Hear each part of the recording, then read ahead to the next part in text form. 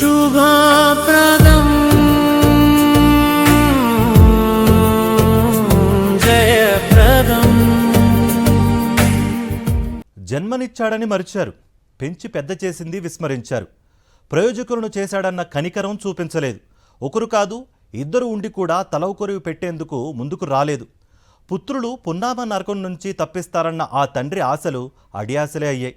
ఒకే ఊళ్ళో ఉంటున్నా తండ్రి మరణించాడని తెలిసినా కాష్టానికి నిప్పు పెట్టేందుకు కాదు కదా, కనీసం కడసారి చూపుకు కూడా ఆ సుపుత్రులు నిరాకరించారు. ఈ ఘటన సిద్దిపేట జిల్లాలో చోటు చేసుకుంది. సిద్దిపేట జిల్లా పుల్లూరు గ్రామంలో అమానవీయ ఘటన చోటు చేసుకుంది.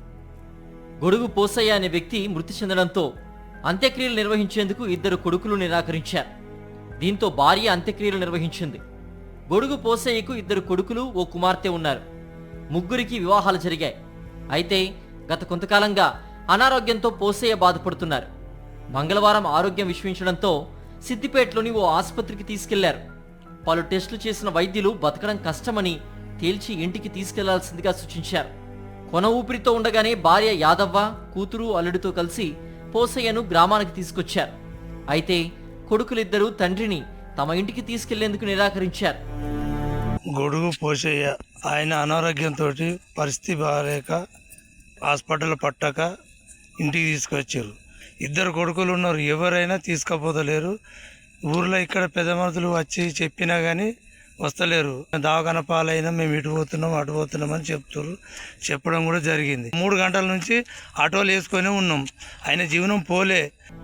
గ్రామ ప్రజలు పెద్దలు చెప్పిన ససేమీరా అన్నారు. చివరకు ఎంపీటీసీ సాయంతో గ్రామంలోని ధాన్యం కొనుగోలు కేంద్రానికి తీసుకెళ్లారు. ధాన్యం కొనుగోలు కేంద్రంలో ఉంచిన పోసయ్యను చూసిన ప్రజలు కొడుకులకు పరిస్థితిని వివరించినా పట్టించుకోలేదు. పోసయ్యను ఇంటికి తీసుకెళ్లలేదు. రాత్రంతా బిక్కుబిక్కుమంటూ చలికి వణికిపోయిన పోసయ్య చివరికి కన్ను మూశాడు. కనీసం తలకొరువు పెట్టేందుకు కూడా కొడుకులు రాకపోవడం పట్ల గ్రామస్తులు ఆగ్రహం వ్యక్తం చేశారు. ఇంత కఠినాత్ములైన కొడుకులను తామెక్కడా చూడలేదంటూ అసహ్యించుకున్నారు.